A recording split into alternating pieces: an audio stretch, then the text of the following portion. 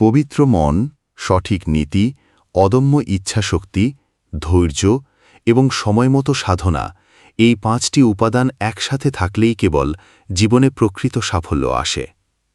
ইতিহাসে এবং আধ্যাত্মিক দার্শনিক শিক্ষায় দেখা যায়, যে মানুষ নিজের চরিত্রকে শুদ্ধ করেছে, নীতি আদর্শে অবিচল থেকেছে, ইচ্ছাশক্তিকে কঠোরভাবে শানিত করেছে, দীর্ঘস্থায়ী ধৈর্যের সাথে সময়োপযোগী প্রচেষ্টা চালিয়েছে, সেই মানুষই ইহকাল ও পরকালের সফলতা অর্জন করেছে।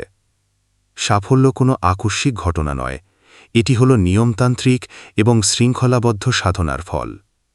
যেমন নদী ক্রমাগত স্রোতে গতি পায়, তেমনি মানুষও ধারাবাহিক সাধনা ও সঠিক দিক নির্দেশনায় এগোয়।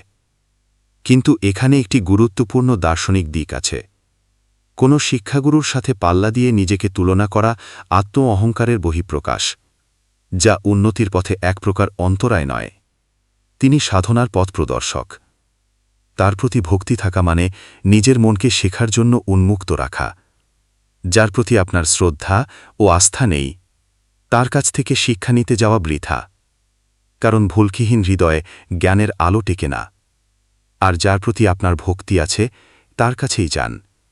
কারণ ভক্তি ও বিশ্বাস হল সেই মাটি, যেখানে সাধনার বীজ রোপণ করলে তা মহীরূপে পরিণত হয়। এই দৃষ্টিকোণ থেকে বলা যায়, আত্মশুদ্ধি ও সাফল্যের পথে পবিত্র মন ও সঠিক নীতি ভিত্তি, অদম্য ইচ্ছাশক্তি ও ধৈর্য চালিকা শক্তি, সময়মতো সাধনা কার্যকর মাধ্যম, আর ভক্তি ও বিনয় হল সেই গোপন শক্তি যা সব কিছুকে একত্রে বেঁধে দেয়। এগুলো ছাড়া ইহকাল ও পরকালের সাফল্যের সম্পূর্ণ রূপরেখা পূর্ণতা পায় না।